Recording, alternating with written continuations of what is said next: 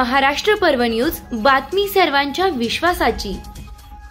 दुचाकीवरून जाणाऱ्या दोघांच्या दुचाकीला भरधाव वेगाने अज्ञात वाहनाने समोरून जोराची धडक दिल्याने झालेल्या भीषण अपघातात एकाचा गंभीर जखमी होऊन जागीच मृत्यू झाला, तर अन्य एकाचा सांगोला येथील खासगी रुग्णालयात उपचारादरम्यान मृत्यू झाला असल्याची घटना बुधवार दिनांक 12 सप्टेंबर रोजी दुपारी 1:30 वाजण्याच्या सुमारास सांगोला जत महामार्गावरील लोणविरे फाटा येथे घडली आहे।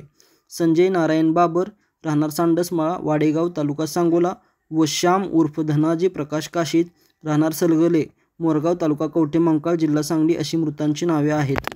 याबाबतची माहिती अशी की मूळचे मानेगाव, तालुका सांगोला व सध्या वाडेगाव येथील रहिवासी संजय नारायण बाबर यांची शेती मानेगाव येथे आहे।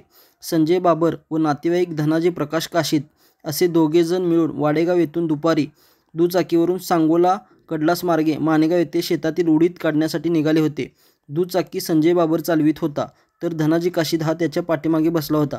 दरम्यान त्यांची दुचाकी लोणविरे फाट्यानजीक आली असता दुपारी 1:30 वाजण्याच्या सुमारास जतकडून भरधाव येणाऱ्या अज्ञात वाहनाने त्यांच्या दुचाकीला समोरून जोराची धडक दिल्याने हा भीषण अपघात झाला। या अपघातात धनाजी काशीद हा जागीच ठार झाला, तर संजय बाबर याच्या डोक्यास व पायाला गंभीर मार लागल्याने अपघातस्थळी पडला होता।